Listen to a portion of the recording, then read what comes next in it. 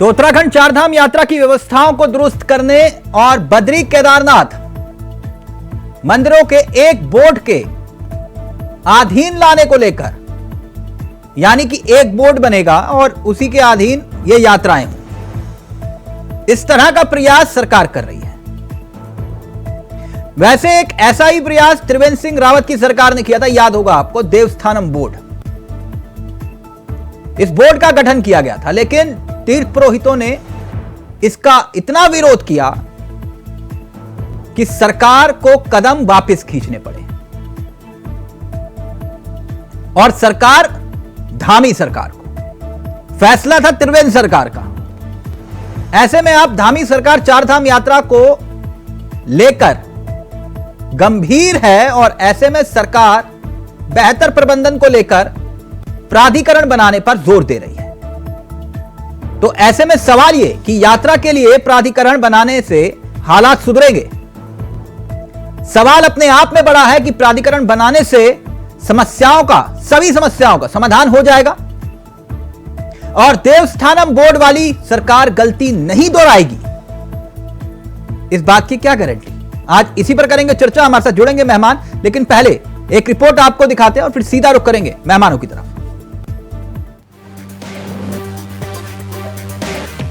चारधाम यात्रा प्रबंधन और संचालन के लिए प्राधिकरण बनने पर मंथन शुरू हो गया है। मुख्यमंत्री पुष्कर सिंह धामी ने इस मुद्दे पर निर्देश भी दे दिए थे और अपर मुख्य सचिव आनंद वर्धन से रिपोर्ट भी मांगी थी। मुख्यमंत्री के निर्देश पर सिर्फ चारधाम यात्रा ही नहीं, बल्कि राज्य में होने वाली दूसरी यात्राओं के प्रबंधन और संचालन के स्थायी व्यवस्था को लेकर चिंतन और मंथन शुरू हो चुका है। बकायदा इसके लिए प्राधिकरण बनाए जाने की संभावनाओं पर विचार किया जा रहा है। खबर यह है कि शासन के स्तर से अपने अपने विभागों से एक रिपोर्ट तैयार करने के लिए कह दिया गया है। सीएम धामी की सोच से ये भी एहसास हो रहा है कि सरकार भी यात्रा की व्यवस्थाओं को पूरी तरह से सुनिश्चित करने के लिए प्राधिकरण को लेकर न सिर्फ गंभीर है, बल्कि रूपरेखा तैयार भी हो रही है। सभी प्रकार के जो भी अच्छी यात्रा को अच्छा करा जा सकता है, जिसके कारण से जो आज यात्रा में जिस प्रकार की दिक्कतें आ रही हैं, वो थोड़ी भी दिक्कत कहीं पर ना हो, तो सबसे बात करके करेंगे जी। हम लोगों का ये है कि लोकतंत्र का जो स्वरूप है, वो कोई भी व्यवस्था बनाने में हम उसको पूरी तरह से उसका पालन करेंगे। इस बार आप देख रहे हैं और जैसे यात्रा बढ़ी है, निश्चित रूप से प्रदेश की आर्थिकी के नज़रिए से अगर हम देखें, पर्यटन के नज़रिए से देखें, तीर्थाटन के नज़रिए से देखें तो बहुत अच्छा है। इसको कैसे व्यवस्थित करें, आपस में सभी जितने भी इसके पक्षकार हैं उन सबके बीच समन्वय कैसे हो और स्थापना सुविधाएं कैसे बेहतर हों, मंदिर समिति, टूर ऑपरेटर्स, होटल एसोसिएशन, व्यापार मंडल, सभी लोग एक मंच पर कैसे आएँ, इसको लेकर के यात्रा प्राधिकरण गठन करने के लिए माननीय मुख्यमंत्री जी ने निर्देश किया है। कल अपर मुख्य सचिव महोदय ने इसकी बैठक भी लिया था और इसका एक जो ढांचा है उसको बनाने का इसमें काम चल रहा है। तो इसका उद्देश्य जो यात्रा है उसको सुव्यवस्थित करना और उसके प्रबंधन को और बेहतर बनाना है। जैसे ही मसला चारधाम यात्रा को लेकर प्राधिकरण बनाए जाने से जुड़ा, वैसे ही सियासत भी शुरू हो गई। कांग्रेसी सरकार पर तंज कसते हुए नीति और नियत पर सवाल उठा रही है, तो वहीं दूसरी तरफ बीजेपी नेता यात्रा को व्यवस्थित करने के लिए प्राधिकरण बनाए जाने की खुलकर वकालत कर रहे हैं। चारधाम विकास प्राधिकरण में सरकार क्या व्यवस्थाएं लेके आती है, जो इसके स्टेक होल्डर हैं उनको विश्वास में लेती है या नहीं लेती है। अगर सबकी सहमति से सबकी शंकाओं का समाधान करके कोई नई व्यवस्था आती है और वो फुलफिल होती है, चारधाम यात्रा की व्यवस्था सुधारने में सहायक होती है, तो अच्छी बात है। लेकिन जब तक इसका प्रपोजल सामने नहीं आए तब तक इस पर बहुत कुछ कहना जो है जल्दबाजी होगा। आने वाले समय में हम और बेहतर ढंग से किस प्रकार से वहाँ सुविधाएं कर सकते हैं, किस प्रकार से हम और बेहतर सुविधाओं को उन चार धामों में ला सकते हैं, इन सब चीज़ों को लेकर के सरकार को आवश्यकता महसूस हुई है। माननीय मुख्यमंत्री जी को प्राधिकरण बनना चाहिए। निश्चित रूप से आने वाले समय में सभी लोगों से बात करके, जो हितधारक हैं, जो वहाँ जो लोग सीधे सीधे धामों से जुड़े हुए हैं, जो समाज धामों से जुड़े हैं, सब लोगों से बात करके आने वाले समय में एक बेहतर प्राधिकरण बना करके सरकार जो है आगे बढ़ेगी और सुखद यात्रा हो सके, बेहतर यात्रा हो सके, इसके लिए एक बेहतर वर्किंग कल्चर। तो चलिए सीधा रुक कर रहे हैं मेहमानों की तरफ। आपको बता दें आज हमारे साथ इस चर्चा में जो मेहमान है वो आपकी स्क्रीन पर आ चुके हैं। नवीन परसियाली जी हमारे साथ इस कार्यक्रम का हिस्सा हैं, बीजेपी के चेहरे हैं। शीशपाल बिष्ट जी हमारे साथ हैं, कांग्रेस के चेहरे हैं। और साथ ही साथ राजीव बोगड़ा जी हमारे साथ इस कार्यक्रम का हिस्सा हैं, वरिष्ठ पत्रकार हैं। आप सभी का बहुत बहुत स्वागत है। सबसे पहले नवीन जी, इस चर्चा की शुरुआत आपके साथ करना चाहेंगे। सवाल, जहां प्राधिकरण बनाने की बात आप करते हैं तो इतिहास के पन्नों को पलटते हुए देवस्थानम बोर्ड सबके जहन में आ जाता है, तो वहीं से मैं इसकी शुरुआत कर रहा हूं। सरकार देवस्थानम बोर्ड वाली गलती तो नहीं करेगी? गलती तो नहीं दोहराने जा रहे आप? चावला साहब बिल्कुल भी नहीं है। जहां तक यात्रा प्राधिकरण की बात है, आप देख सकते हैं जब से केदारनाथ आपदा आई थी उसके बाद हमारी केंद्र की सरकार माननीय मोदी जी के नेतृत्व में केदारनाथ पुनर्निर्माण का कार्य जोरों से शुरू हुआ और अभी भी चल रहा है। माननीय मोदी जी के नेतृत्व में केंद्र की सरकार और राज्य सरकार लगातार हमारे तीर्थों के विकास के लिए कार्य कर रही है। और जिस प्रकार से माननीय मोदी जी ने पिछले कई सालों से लगातार उत्तराखंड का दौरा किया, चाहे मानसखंड हो चाहे केदारखंड हो। नहीं, मैं देवस्थानम बोर्ड और प्राधिकरण की बात कर रहा हूँ। मैं उसी पर आ रहा हूँ मैं उसी पर आ रहा हूँ। प्राधिकरण की आवश्यकता क्यों है, ये सवाल ये है। तो जिस प्रकार से उन्होंने यहाँ के सभी तीर्थ स्थानों को एक दुनिया के पटल पर नई पहचान दी, देवभूमि को, उससे लगातार यहाँ पर जो यात्रियों की संख्या बढ़ रही है, रिकॉर्ड तोड़ यात्री यहाँ पर आ रहे हैं। अच्छा, देवभूमि को अलग पहचान मिली बीजेपी सरकार आने के बाद? बिल्कुल, नरेंद्र मोदी जी ने दी। अच्छा, मतलब इससे पहले चारधाम यात्रा को कोई जानता नहीं था? उतना नहीं जानते थे जितना अभी जानते, चाहे केदारखंड की बात करो चाहे आदि कैलाश को नहीं जानते थे। नवीन जी थोड़ा सा संयम रखिए सर। आप ऐसा मत बोलिए कि आपके आने के बाद चारधाम यात्रा की शुरुआत हुई। नहीं, मैं केदारनाथ आपदा से मैंने बात शुरू की थी। नहीं, केदारनाथ आपदा जब आई थी तब आपकी सरकार नहीं थी। केदारनाथ आपदा जब आई थी ना आपकी सरकार केंद्र में थी ना राज्य में थी। 2013 में आपदा आई थी जी मोदी जी। नवीन जी, आप उस वक्त ना सरकार में थे ना केंद्र में ना राज्य में। आप मुझे बोल लीजिए। तो नवीन सर, आप कम से कम फैक्ट तो क्लियर रखिए ना। आपकी सरकार उस वक्त नहीं थी। मैं देवस्थानम बोर्ड की बात कर रहा हूँ। आप कह रहे हो कि मोदी जी के आने के बाद चारधाम यात्रा को लोग जानने लगे। मेरी बात सुनिए जरा, आप क्या बोल रहे हैं, मैं उसका जवाब दे रहा हूँ। आप मेरे को घुमाने की कोशिश करें, लेकिन मैं आपसे घुमाऊंगा आने वाला नहीं। मैं सीधी सी बात ही कर रहा हूँ। नवीन जी, मैं घुमा नहीं रहा हूँ, मैंने सिर्फ आपसे एक छोटा सा सवाल किया। आप कह रहे हो कि मोदी जी के आने के बाद चारधाम यात्रा को लोग जानने लगे। मैंने कहा पूरा देवभूमि को ही नहीं पहचान मिली, खाली चारधाम यात्रा नहीं, पूरे देवभूमि को, चाहे केदारखंड की बात करो चाहे मानसखंड की बात करो। माननीय प्रधानमंत्री जी ने जिस प्रकार सर देवस्थानम बोर्ड पर आइए प्लीज। मैं बता रहा हूँ, मैं जहाँ जा रहा हूँ आप उसको भी सुन लीजिए ना।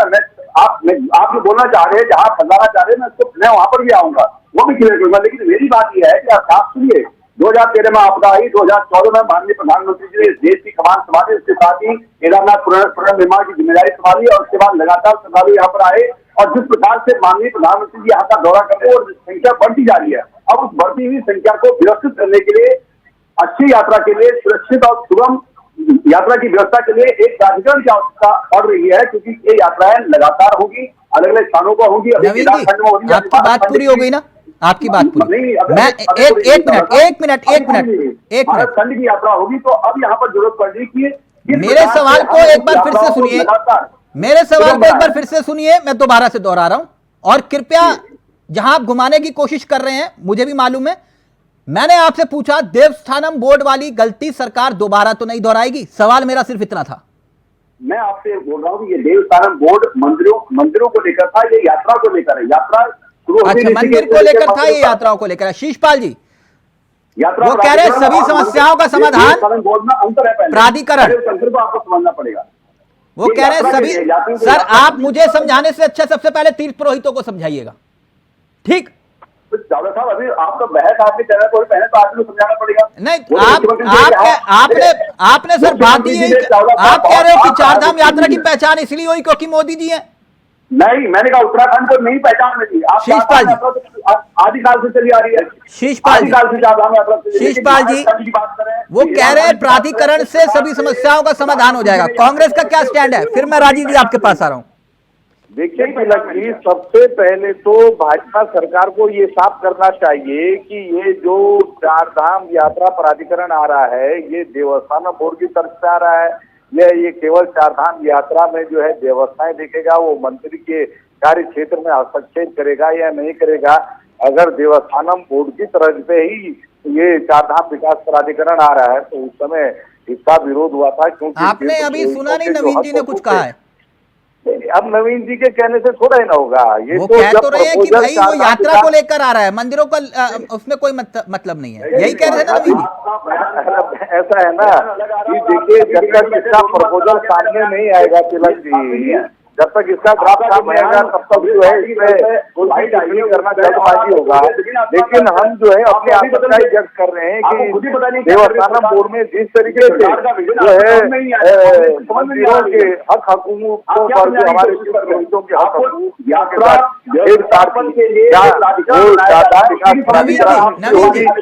केवल चारधाम यात्रा की व्यवस्थाएं देखेगा। अगर ये चारधाम यात्रा की व्यवस्थाएं देखेगा तो पर्यटन विभाग और बीकेटीसी चारधाम यात्रा की व्यवस्थाएं क्यों नहीं संभाल पा रहे भाई? ये प्राधिकरण भी तो पर्यटन विभाग के अंतर्गत होगा या उससे कोई अलग होगा? वो दो अधिकारी नवीन जी, अभी आपके बीच में कोई नहीं बोला ना सर, आपको पूरा वक्त दिया, 1 मिनट रुकिए ना। शिषपाल जी, ऐसा तो है नहीं कि धामी सरकार के आने के बाद यात्रा सीजन में इस तरह के हालात बने हो। देखिए, मेरे साथ तथ्यों से ही बात करिएगा, मैं उसी में होता है ना सर, हर सरकार में हुआ। प्राधिकरण के पक्ष में आप हैं या नहीं, सवाल ये है। नहीं, देखिए तिलक जी, सबसे पहले तो प्राधिकरण के बारे में सरकार का प्रपोजल क्या है?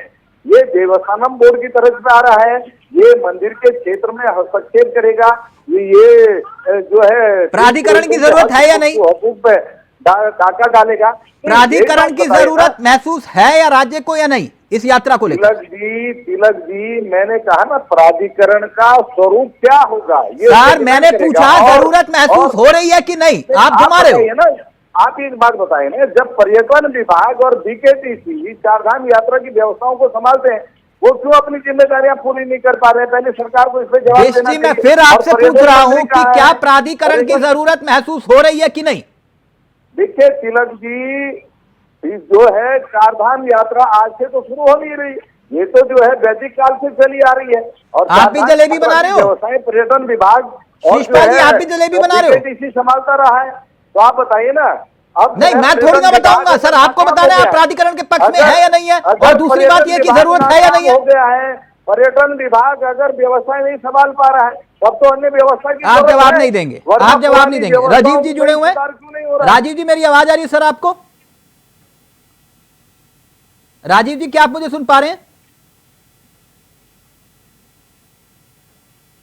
राजीव जी से संपर्क नहीं हो पा रहा। मैं त्रिवेंद्र सिंह रावत, पूर्व मुख्यमंत्री, हरिद्वार से प्रत्याशी है मौजूदा वक्त में, बीजेपी के बड़े चेहरे, जरा उनका प्लीज बयान आया होगा, प्ले करिए प्लीज। इतनी समझदारी की बात होती और तो फिर इस तरह के संकट से गुजरना ही क्यों पड़ता? ठीक है ना। और आप किसी को रोक भी नहीं सकते हैं। आप कैसे अंतर कर सकते हैं कि ये पर्यटक है या श्रद्धालु है? कोई अंतर नहीं कर सकते आप, क्योंकि सामान्य व्यक्ति श्रद्धा तो है ही।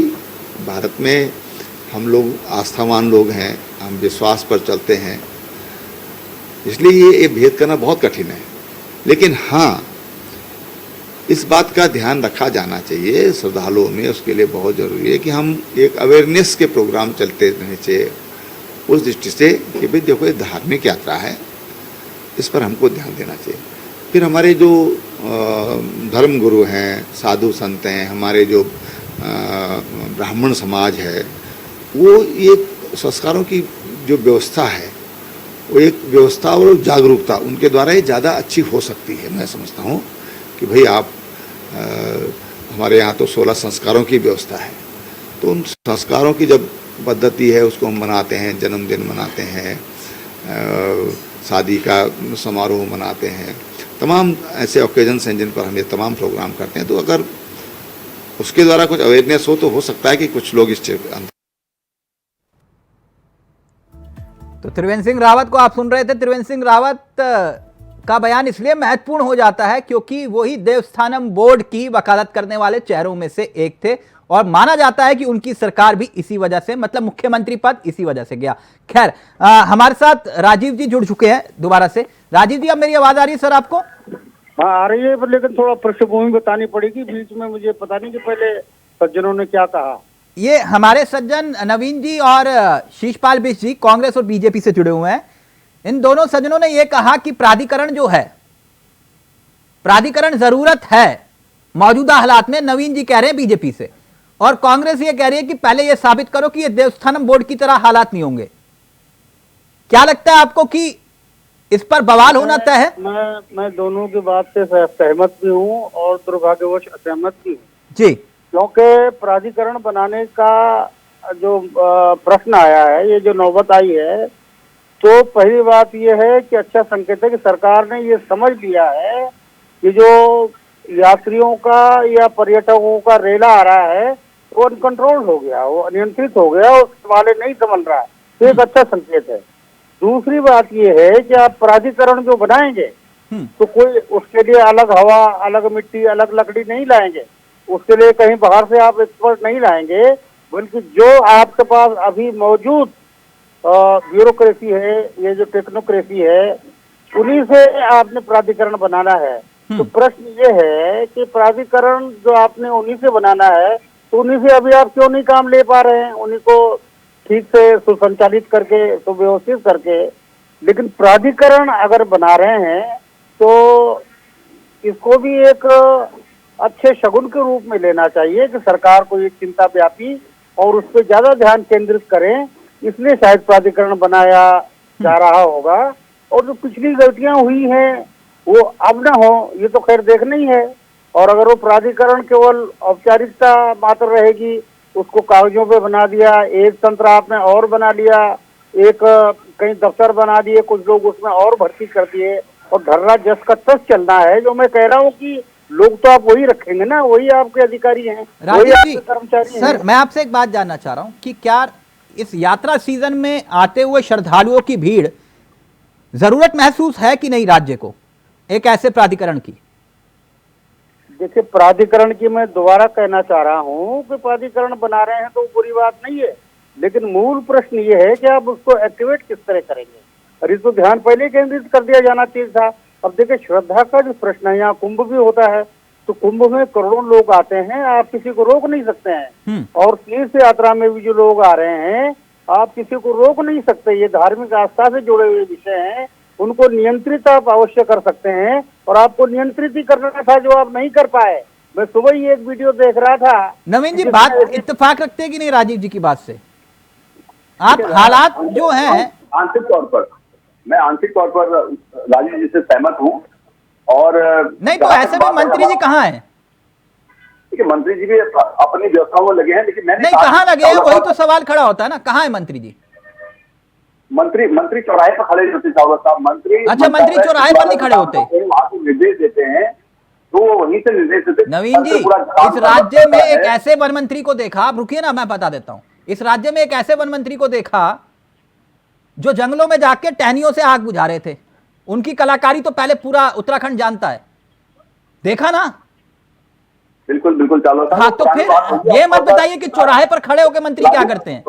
मंत्री तब भी, जब वनों में आग लग रही थी तब भी वन मंत्री नहीं थे। जब यात्रा सीजन होता है तब पर्यटन मंत्री नहीं होते। जब टनल में आपके मजदूर फंस जाते हैं वहां पर भी मंत्री नहीं होते। तो आप कह रहे हो कि मंत्रियों की कोई जिम्मेदारी नहीं है? यही तो बात राजीव जी कह रहे हैं। जब किसी कार्य में सरकार के मुखिया अपनी भूमिका निभा रहे होते तो अगर समय दें तो मैं हस्तक्षेप करना चाहूंगा। पूरी तरह से काम कर रही है, प्रशासन लेवल तक काम कर रहा है। मैं ये बता रहा हूँ कि अब जो संख्या बढ़ रही है, अब केदारनाथ धाम यात्रा है और हरिद्वार का कुंभ है, दोनों में अंतर है। एक मैदानी भाग में है, एक पर्वत के सबसे ऊपर की चोटी में है। इसका बेहतर प्रबंधन कैसे होगा? सर, वो व्यवस्थाओं की बात कर रहे थे, राजीव जी कह रहे हैं कि कोई अंतरिक्ष से लोग तो नहीं आएंगे ना, ये वही लोग हैं जिनका आप प्राधिकरण बनाएंगे, यही कह रहे थे ना राजीव जी आप?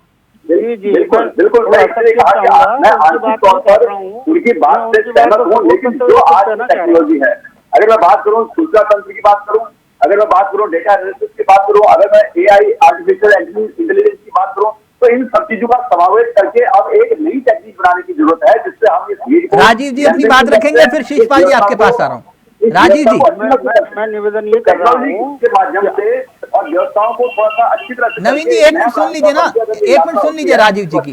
राजीव जी प्लीज। अभी जो आप बात कर रहे थे वो बात बिल्कुल मुकम्मल है, सही है कि मंत्री भीड़ को रोकने के लिए चौराहे पे खड़े नहीं हो सकते, लेकिन हो सकते हैं हुए हैं। लाल बहादुर शास्त्री जब भारत और पाकिस्तान की लड़ाई छिड़ी तो बॉर्डर पे गए कि नहीं गए बताइए? अब उन्होंने कोई गोला तो नहीं दागा, बंदूक नहीं चलाई। और आप दूर क्यों जाते हैं? अभी हमने देखा कि रशिया यूक्रेन का जो वार चढ़ा तो यूक्रेन का राष्ट्रपति जहाज में बैठ के घूम रहा था या नहीं घूम रहा था युद्ध भूमि में? तो मंत्री की उपस्थिति से अथवा जो उच्च शासक है, उच्च प्रशासक है, उसकी उपस्थिति से मनोबल बढ़ता, सक्रियता बढ़ती है। मैं बिल्कुल ये नहीं कह रहा हूँ कि ट्रैफिक पुलिस की सिपाही की तरह मंत्री हाथ में डंडा और सीटी लेके कहीं चौराहे पे खड़ा हो जाए, लेकिन मंत्री की उपस्थिति से अधिक मंत्री की सक्रियता ऐसे मामलों में अपरिहार्य है। और न केवल मंत्री की बल्कि पूरे शासन और प्रशासन तंत्र की सक्रियता और अतिरिक्त सक्रियता, क्योंकि स्थिति एबनॉर्मल है, स्थिति असामान्य है। जैसे रोज यात्रा चलती है तो उससे ज्यादा भीड़ है, कई गुना सैकड़ों गुना ज्यादा उससे भीड़ है। तो असामान्य स्थिति में असामान्य कदम उठाने पड़ते हैं। मैं सुबह जो भीड़ देख रहा था जी, हाँ। मैं खत्म करता हूँ, आप बोलिए। ठीक, मैं आ रहा हूँ राजीव जी आपके पास। शीशपाल जी, अब व्यवस्थाएं हैं, व्यवस्थाओं को बनाने में वक्त लगता है। अगर सरकार के स्तर पर, अगर या मंत्री के स्तर पर या फिर अधिकारियों के स्तर पर ये आकलन लगाने में भूल हुई कि भाई इतने यात्रियों की संख्या आ सकती है, जैसे कि मैं समझ पा रहा हूं नवीन जी की बात से, तो ऐसी स्थिति में क्या किया जाए? आपको सरकार को सहयोग करना चाहिए या बोलो कि सारी व्यवस्थाएं बिगड़ गई? यानी जो यात्री आना भी चाह रहे हैं आप कह रहे हो कि मत आओ, कुछ इस टाइप का, जैसे एक पूर्व मुख्यमंत्री ने कहा था कि यहां आओगे तो सर पे कफन बांध के आना, याद है ना? तिलक जी, विपक्ष तो लगातार चार धाम यात्रा में व्यवसाय बनाने के लिए प्रयास कर रहे हैं। हमारे आदरणीय प्रदेश अध्यक्ष करम महाराज जी ने चार धाम रूप में सभी जिला अध्यक्षों को निर्देश दिए हैं कि यात्रियों की सुख सुविधाओं का ध्यान रखें, व्यवसाय बनाने में सहयोग करें। लेकिन सरकार ने समय रहते होमवर्क क्यों नहीं किया? आप पूरा देखिए। पहले तो बीजेपी जो है, बीजेपी की सरकार तो अपनी सीट थपथपा रही थी कि हमने जो है पिछली बार रिकॉर्ड बनाया, इस बार उससे बड़ा रिकॉर्ड बनाएंगे। और जब आप रिकॉर्ड बनाने चले थे तो आपने जो है व्यवस्थाएं क्यों नहीं सुधारी? आपने होमवर्क क्यों नहीं किया? आपके अधिकारी ही, आपके मंत्री एसी कमरों से बाहर निकले ही नहीं। और पर्यटक मंत्री तो राजनीतिक पर्यटक बने हुए हैं, पूरे देश में घूम रहे हैं। स्वास्थ्य मंत्री जिसकी जिम्मेदारी है चार धाम यात्रा में जो है संस्थानों के स्वास्थ्य की, वो भी जो है प्रवासी मंत्री बने हुए हैं पिछले वर्षों की तरह। तो किसकी जिम्मेदारी है, किसकी जवाबदेही है अव्यवस्थाओं पर? और किसी बड़े अधिकारी पर गाज गिरी अव्यवस्थाओं के लिए? आप बताइए। जब जवाबदेही तय नहीं होगी तो कोई भी जो है अपनी जिम्मेदारी नहीं समझेगा। अधिकारी तो नवीन जी जवाब दीजिए, वो ये कह रहे हैं जवाबदेही जिम्मेदारी तय ही नहीं तो फिर क्या उम्मीद रखनी किसी से?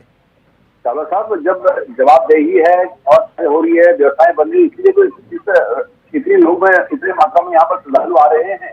ये एक थी। अब व्यवसाय मैंने कहा कि पहाड़ों पर सीमित है, उस सीमित व्यवस्था में भी इतना बड़ा तंत्र काम कर रहा है और व्यवसाय संचालित हो रही है, तो एक बड़ी बात है। नवीन जी, अच्छा ईमानदारी से, आप लोगों को ये मालूम, इस बात का इल्म नहीं था कि इतने यात्री आ सकते हैं? बिल्कुल था। हमने कहा, सरकार ने कहा कि अच्छा, आजकल मंत्री जी उत्तराखंड में है या उत्तराखंड से बाहर ही हैं?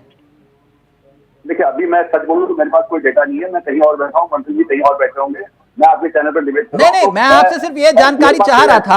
अगर आप चाहें तो फोन फ्रेंड की सुविधा उपलब्ध है मेरे कार्यक्रम में, पूछ लीजिए अगर आपका बाई चांस फोन उठा ले तो। देखिए, आप तो रिपोर्टर हैं चावल साहब, आप तो सीधे पूछ सकते हैं। नहीं, अच्छे रिपोर्टर जानते हैं। जो आपके पर्यटन मंत्री हैं वो अक्सर उत्तराखंड में कम रहते हैं, तो इसलिए मैं पूछ रहा था उत्तराखंड में है यात्रा सीजन के दौरान या नहीं है? उसकी भी इंफॉर्मेशन आपको इस डिबेट के बाद देता हूँ। हाँ, प्लीज दे दीजिएगा ताकि उत्तराखंड भी इस बात को जान ले, कम से कम आप लोगों को इस बात का पता हो कि मंत्री जी है तो है। बिल्कुल मैं आपको दूंगा। और मैं ये कह रहा था कि जो हमारी सरकार को बहुत अच्छी तरह से पता है, ठीक, पिछले 56 लाख। राजीव जी, फाइनल कमेंट सर आपका, फाइनल कमेंट आपका।